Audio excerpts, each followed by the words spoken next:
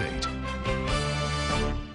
CPA Matt Bryant is back with us this morning. Matt, as always, good to see you. Nice to be here. All right, so we're getting into the time of year where people start thinking about college or even going back to college. And so this is our topic, tax benefits for college. I want to start with the American Opportunity Tax Credit.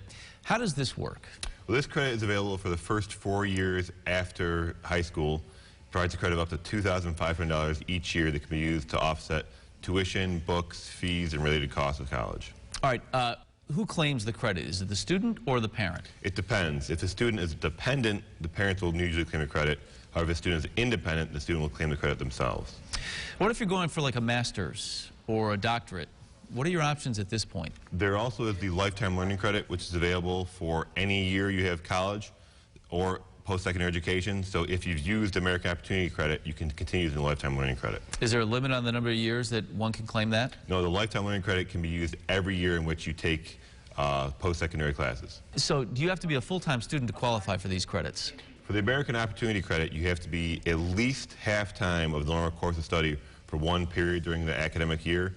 On the other hand, for lifetime learning credit, there are no minimum requirements. Okay, so you could take, say, one class and still keep a job at the same time and still take advantage of that. Correct. The lifetime learning credit, if you take 1 or 2 classes while you're working, you can still take that credit. Now, we've talked about college. Are these just available for college classes? No, these are available for any post-secondary education from a qualified institution. So if you want to go back to a trade school, vocational school, you can use these credits for those. All right, is this for everybody? Does everybody qualify for these credits? There are phase-out income limitations that start around $140,000 for a married couple. So as long as you're below that, you'll be able to take these credits. Okay, good to know. What about after you graduate from college? Any tax considerations here that we can take advantage of? Yes, if you've taken out loans, there's an adjustment for up to $2,500 of student loan interest paid each year. Now, this is an adjustment, not a deduction. So even if you take a standard deduction, you still can claim the student loan interest adjustment. Right, and that's on student loan interest. Correct. Okay.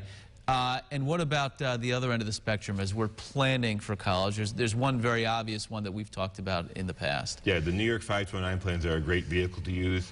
You can put funds in there. The earnings are tax-free, and then when you take money out, it's a tax-free distribution as well. So it's a great option to save for college in the future. As long as you're using them for qualified expenses. Exactly. Okay.